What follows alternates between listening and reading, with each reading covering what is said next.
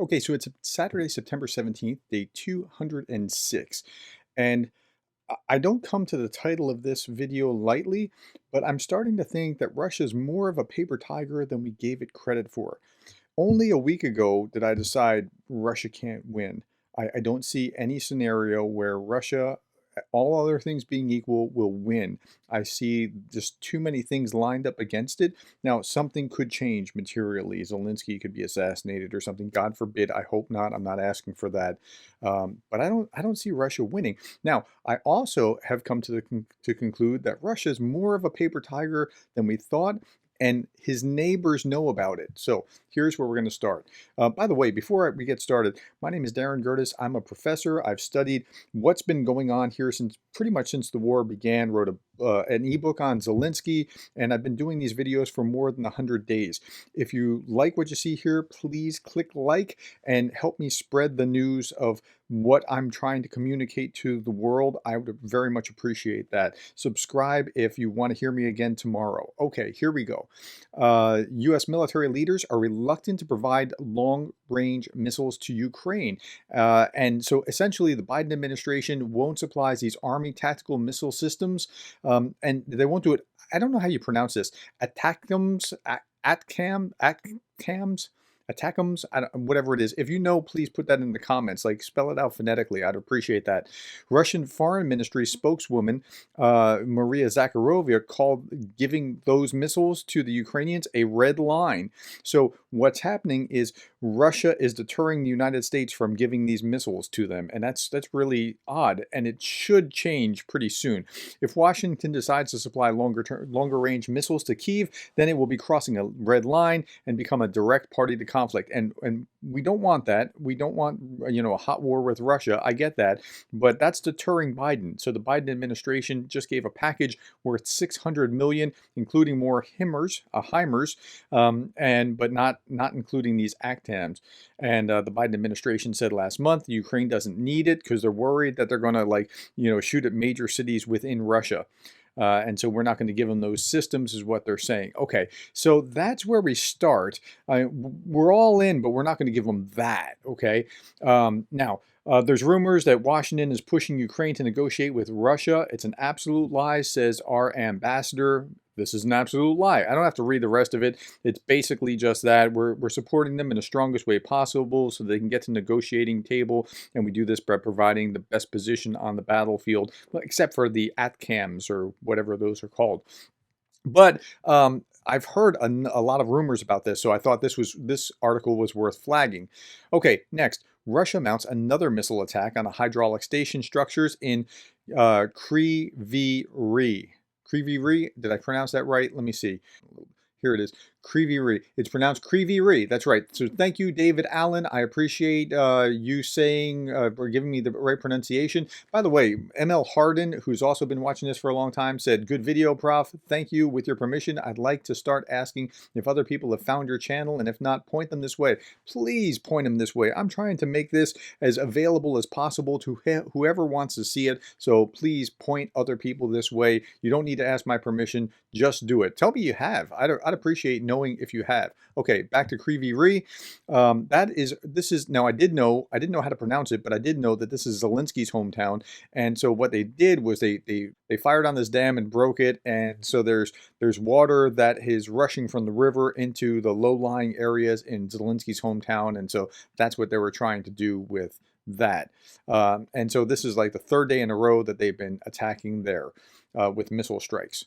Okay, next. So I was just talking about how Putin is a paper tiger, or the Russians are not as formidable as we thought. Okay, so there's this great article in Al Jazeera, which is fairly balanced when it comes to what's going on with Russia, surprisingly. And I triangulate. I was just looking at NBC News, and then I was looking at Interfax, and here I'm going to be looking at The Guardian a little while later. This is in The Guardian, and here is this article in Al Jazeera. Before February 24th, Putin had reached the peak of his power over the ex-USSR, but then Ukraine happened. And so here's what this story is saying. Putin is treated like a liability, not an asset. Like, he was just at the Shanghai Cooperation meeting just a little bit ago, and that was the take of the Uzbekistan-born director of Central Asia Central Asia Due Diligence, a think tank in London. And that's really interesting. The way that he's treated, or the way that they're not giving him what he wants, it's just a very different picture. Is he a paper tiger?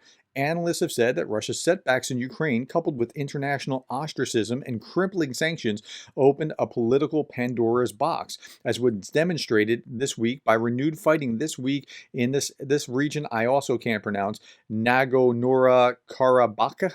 Okay, so where is that? I had to look it up because I didn't know. It's this area in Azerbaijan. Now, Azerbaijan is like one of this former Soviet satellite kind of areas. And here's Georgia, Russia. It's just above Iran. Turkey's over here. So it's in this region, this infighting. And Putin, all other things being equal, would be able to put his thumb on the scale and say, hey, you knock it off or you knock it off. But it's not happening. Weakened in Ukraine and not interested in alienate Baku, Moscow has notably shown itself reluctant to intervene directly beyond its peacekeeping mission in this region.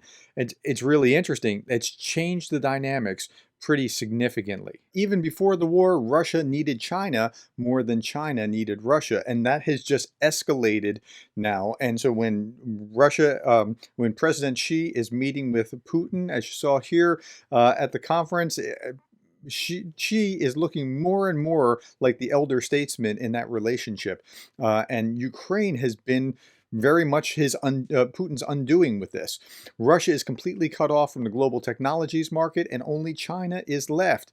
We will witness, says one analyst, we will witness a formation of a new bloc to counterweight the U.S., but not a Russia-centric one, as the Kremlin tries to present it. They're always talking about this bipolar world where, there's the West, and then there's like Russia and her allies, her BRIC friends.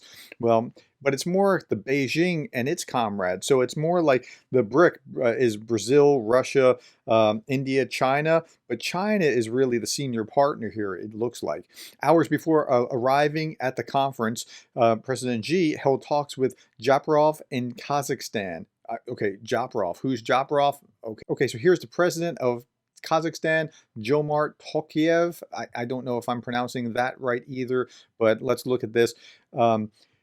And alluded that Beijing would watch Moscow's assertiveness in Central Asia. No matter how the international conjecture changes, we will decisively support Kazakhstan in the defense of its independence, sovereignty, and territorial integrity, and will categorically stand against the interference of any powers in your country's domestic affairs, she told the president of Kazakhstan. Okay, so why Kazakhstan? Like, we don't pay attention to this part of the world in the United States and mostly in the West. Okay, so here is a picture of the world. Here is Kazakhstan. Here is here's Russia, and Kazakhstan was like part of that bloc. And we generally don't think of this, but China's right here. So China's on their border just like Russia's on their border, and China is saying, like, we're going to watch out and make sure nothing bad happens here. So Xi is becoming the kingmaker, not Putin. In June, a Russian lawmaker hinted that Moscow may annex northern Kazakhstan, which has a large ethnic Russian population. Sound familiar? That's what happened in Ukraine. There are many towns with a predominantly Russian population that have little to do with what is called Kazakhstan. Now, if it's in June and you're the Kazakhstanis, you're thinking, uh-oh, because February, March, April, May, June, for 5 months or for 4.5 months, you've heard or you've witnessed what the Russians are doing under the pretext of that there are Russians that are being hurt. And so I would be fleeing to China for help too if I was them. Nagara Kadyrov, I can't pronounce him, an exiled opposition leader from Uzbekistan, said Russia's weakness in Ukraine has jump-started a process similar to the ones made in the USSR collapse. She said, I think the same destiny awaits Russia, and I've seen this again and again. I was watching CNN, the commentators asking David Petraeus yesterday. The collapse of Russia went like this. Do you see that with the Soviet Union went like this? Do you see it happening like a collapse of Russia? And it's entirely possible. I'm not predicting it or anything, but it's entirely possible we're moving down that same kind of path. And you know what? These two are not equals. They're really not. Putin is simply now the junior partner in this equation, and Ukraine has weakened him. For all the bad that he's done to Ukraine, Ukraine has weakened him significantly. Okay, so that's where we are now. Let's go on to the next article.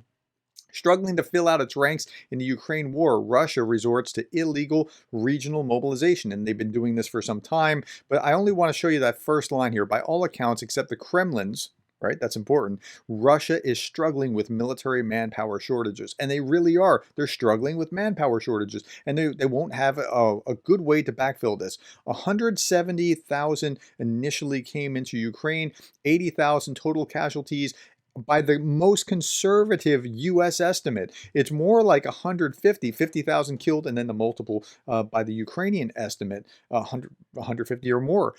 And so they're struggling. They really are. Okay, next article.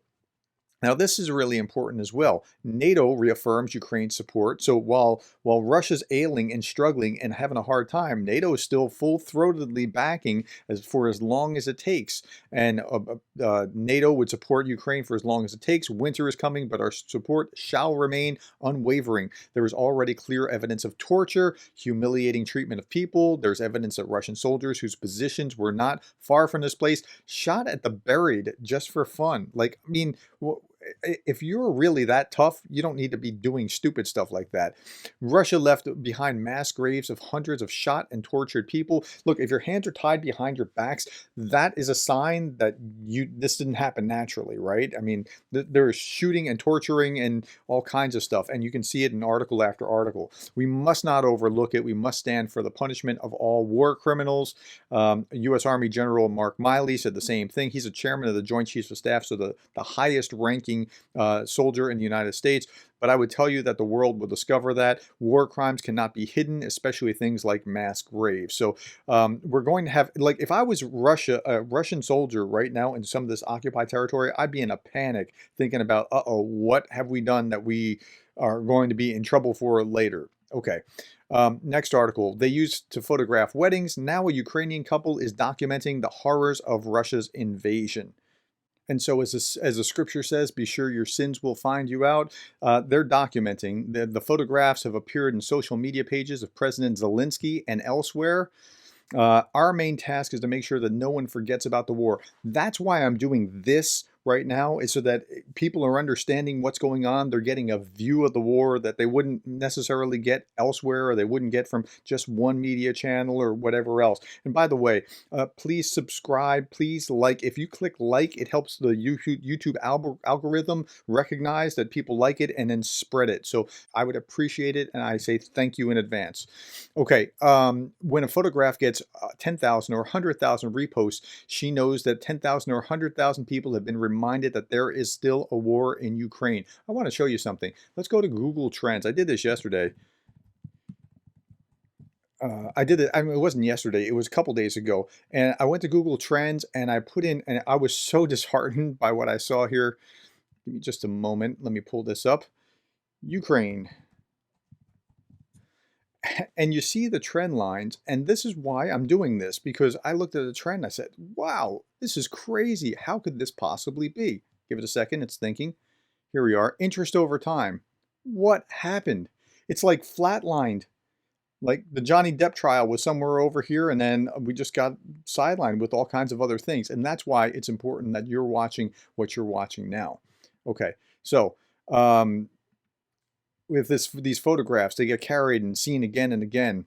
And they said this really eloquent thing about, like, we just want to capture this and make it beautiful. Like they said, our main task is to make sure that no one forgets about the war. It may sound strange, but we want to show all the horrors beautifully. Like they want to actually capture the essence of what this is so that nobody forgets.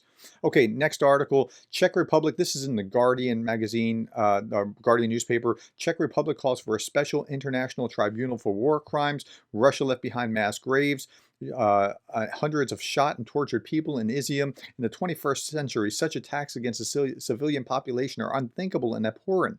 We must not overlook it. We stand for the punishment of all war criminals. Stand with Ukraine. I call for the speedy establishment of an international tribunal that will prosecute the crime of aggression.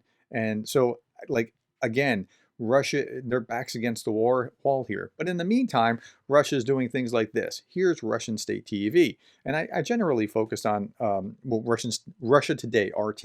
But this is, you can see it live. You can click here and watch live. Pentagon releases Ukraine weapons list. And they're talking about the U.S. Department of Defense has released a list of nearly all the weapons that it has. And it's public information. On the list are things like HIMARS and rocket systems and National Advanced Surface-to-Air Missile Systems. And then they talk about the long-awaited Ukrainian offensive near Kherson last month ended up disastrously, with more than 1,200 Ukrainian soldiers killed and dozens of armored vehicles destroyed, according to Moscow. Now, that's according to Moscow. I don't know, but that number's not out of range. I mean, it's potentially that happened. If that's the case, I want to know the numbers of the Russian killed, and then we'll have a better picture of that. But then they parroted something. Ukraine's territorial gains around Kharkiv, that's how they spell Kharkiv, came at a heavy cost, with the Russian military claiming to have killed 4,000 and wounded another 8,000 Ukrainian troops. This was during the rout. No, they didn't kill 4,000 and wound another 8,000 during the rout.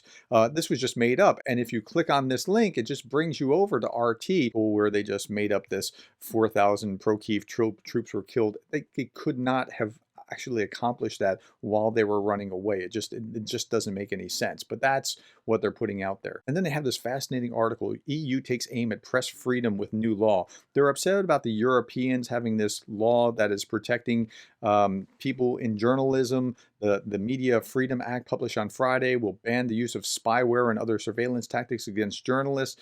And then they talk about how, things like RT and other Russian media has been outright banned in Europe. Okay, but they're complaining about that when in Russia you can go to jail for the things that you're saying that they're saying. It's just mind-boggling. Okay, that's all that I have to say today. This is a paper tiger, I think. And I think, yeah, yes, they have nukes. I get that. But they can't use their nukes without just being a pariah to the entire world forever. Amen. In the same way that the U.S. has nukes, but they couldn't use nukes in Afghanistan or Iraq. You just can't do it. And so I think Paper Tiger is not an illegitimate title. And that's my claim. You tell me what you think. Am I right? Am I wrong? Help me. Let me see what I don't see. Anyway, thank you for your time. See you tomorrow.